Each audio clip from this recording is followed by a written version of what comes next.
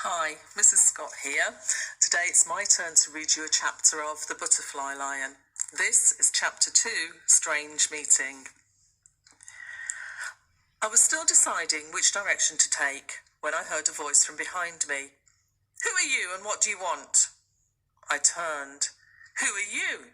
she asked again. The old lady who stood before me was no bigger than I was. She scrutinized me from under the shadow of her dripping straw hat. She had piercing dark eyes that I did not want to look into. "I didn't think it would rain," she said, her voice gentler. "Lost, are you?" I said nothing. She had a dog on a leash at her side, a big dog. There was an ominous growl in his throat and his hackles were up all along his back. She smiled. "The dog says you're on private property," she went on, pointing her stick at me accusingly. She edged aside my raincoat with the end of her stick. "Run away from that school, did you? Well, if it's anything like it used to be, I can't say I blame you. But we can't just stand here in the rain, can we? You'd better come inside. We'll give him some tea, shall we, Jack? Don't you worry about Jack. He's all bark and no bite." Looking at Jack, I found that hard to believe. I don't know why, but I never for one moment thought of running off. I often wondered later why I went with her so readily. I think it was because she expected me to, willed me to somehow. I followed the old lady and her dog up to the house, which was huge as my school. It looked as if it had grown out of the ground. There was hardly a brick or a stone or a tile to be seen. The entire building was smothered in red creeper, and there were a dozen ivy-clad chimneys sprouting skywards from the roof. We sat down close to the stove in a vast vaulted kitchen. "The kitchen's always the warmest place," she said, opening the oven door. "We'll have you dry in no time. Scones," she went on, bending down with some difficulty and reaching inside. "I always have scones on a Sunday, and tea to wash it down. All right for you?" She went on chatting away as she busied herself with the kettle and the teapot. The dog eyed me all the while from his basket, unblinking. "I was just thinking," she said, "you'll be the first young man I've had inside this house since Bertie." She was silent for a while. The smell of the scones wafted through the kitchen.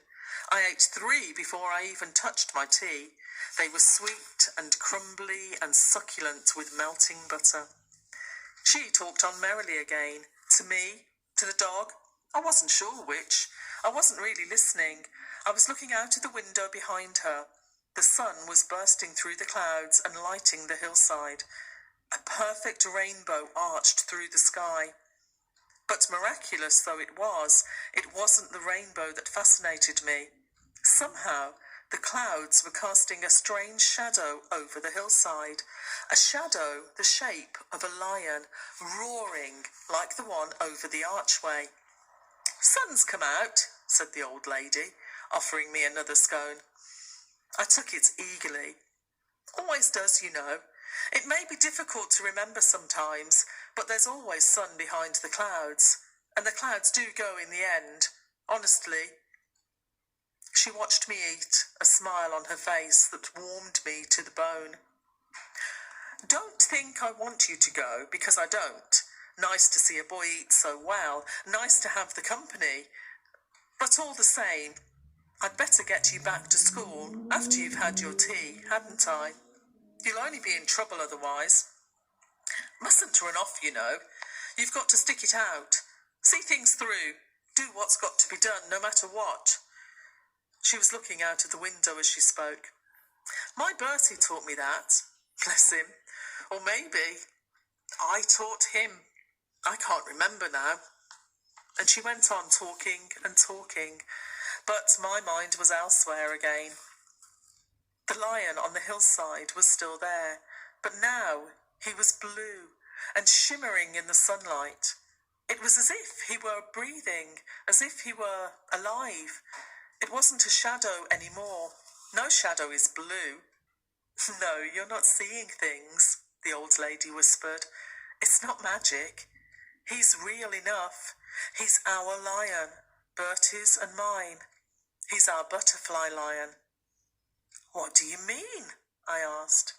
She looked at me long and hard. I'll tell you if you like, she said. Would you like to know? Would you really like to know? I nodded. Have another scone first, and another cup of tea. Then I'll take you to Africa, where our lion came from, where my Bertie came from too. Bit of a story, I can tell you. You ever been to Africa? No, I replied. Well, you're going, she said. We're both going.